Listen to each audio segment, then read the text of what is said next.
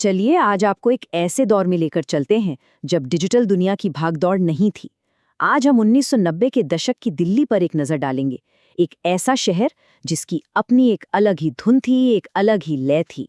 सोचिए जरा, जब स्मार्टफोन नहीं थे, ऐप्स नहीं थे, तब एक शहर कैसा महसूस होता होगा। तब ना शहर की धड़कनें वो एक अलग ही ताल पर चलती थीं। जिंदगी स्क्रीन पर नहीं बल्कि गलियों में, चौराहों पर धड़कती थी। और जानते हैं, जो भी उस दौर को याद करता है ना, वो एक बात जरूर कहता है कि जिंदगी की रफ्तार बहुत धीमी थी। काम हो, परिवार हो, हर चीज में एक ठहराव था। और शायद उसी ठहराव में एक अलग ही सुकून था। तो उस दौर की सुबह, उसकी बात ही कुछ और थी। आज की तरह फोन की नोटिफिकेशंस के शोर से दिन शुरू नहीं होता था। नहीं, दिन शुरू होता था अखबार के कागज की सरसराहट से, और घर में जो एक टीवी होता था ना, उसकी चमक से। आज तो हर खबर एक सेकंड में हम तक पहुंच जाती है, पर तब जानकारी को हम तक पहुंचने में वक्त लगता था। दुनिया में क्या हो रहा है ये हमें पल पल नहीं बल्कि सुबह की चाय के साथ आए अखबार से पता चलता था। मतलब दुनिया को समझने का एक इत्मीनान भरा, एक ठहरा हुआ अंदाज था। और मनोरंजन, वो आज की तरह पर्सनल नहीं था, बल्कि पूरा का पूरा एक फैमिली अफेयर होता था। घर में एक टीवी और उसका एक फिक्स्ड टाइम टेबल, जिसके चारों ओर पूरा परिवार इकट्ठा हो जाता था। आज सोचकर भी अजीब लगता है, जब हर किसी के हाथ में अपनी अपनी स्क्रीन है। उस एक साथ बैठकर टीवी देखने वाले अनुभव की तो बात ही कुछ और थी। चलिए अब घर से बाहर निकलते हैं।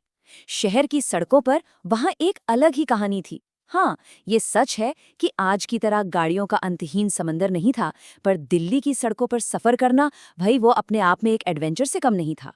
सड़कों पर ना एक अलग ही तरह की गाड़ियों का राज चलता था, और हर एक की अपनी पहचान थी, अपना एक कैरेक्टर था। अरे ब्लू लाइन बसों का खौफ, वो तो आज भी कई दिल्ली वालों के जहन में ताज़ा होगा। आज शायद यकीन करना भी मुश्किल हो, लेकिन उस जमाने में पर्सनल कार होना बहुत बड़ी बात मानी जाती थी, और इसी वजह से सड़कों का नज़ारा बिल्कुल अलग था।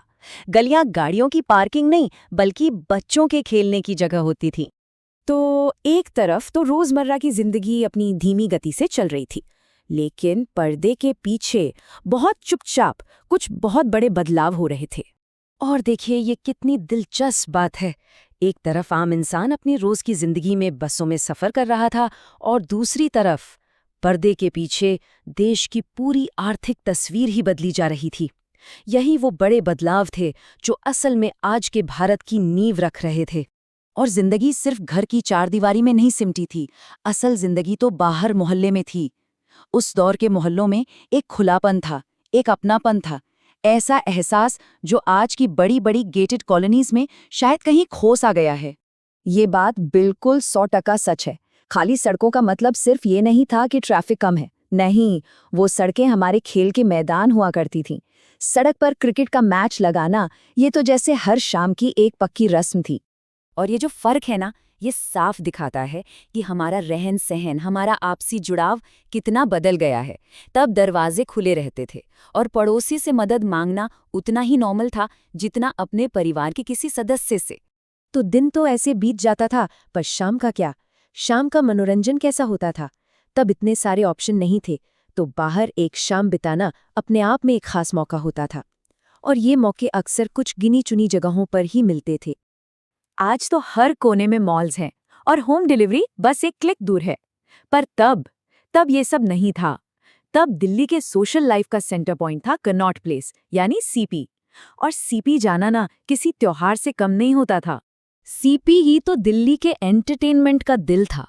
मूवी देखने हो, अच्छा खाना खाना हो, या बस दोस्तों के साथ घूमना हो, सारे रास्ते वहीं जाके खत्म होते थे। मुझे यकीन है उस दौर के हर दिल्ली वाले की कोई ना कोई खास याद सीपी से जरूर जुड़ी होगी। और सिर्फ घूमना फिरना ही नहीं, इसी दौर ने हमें कुछ ऐसे स्वाद दिए जो आज पूरी दुनिया में मशहूर हैं। और इसका सबसे बड़ा उदाहरण है बटर चिकन, जिसका स्वाद जिसने एक बार चख लिया वो आज तक नहीं भूला होगा। तो जब हम पीछे मुड़कर देखते हैं ना, तो लगता है कि हाँ, आज जैसी सुविधाएं तब नहीं थीं, लेकिन उस कमी की भरपाई एक अलग ही तरह की दौलत से होती थी। उस दौर में प्राथमिकताएं बहुत सीधी और साफ थीं। अपना काम, अपना परिवार और अपने दोस्त यार। सोशल मीडिया पर दूसरों की जिंदगी से अपनी जिंदगी को तौलने का कोई प्रेशर नहीं था, और शायद इसीलिए जिंदगी दिखावे के लिए नहीं बल्कि सच में जीने के लिए थी। तो सवाल यही उठता है कि तरक्की की इस तेज दौड़ में हम उस धीमी जिंदगी के कौन से जरूरी हिस्से पीछे ही छोड़ आए? ये एक ऐसा सवाल है जिस पर सोचना बनता है। क्या हमने रफ्तार पाने के लिए कहीं सुकून तो नहीं खो दिया?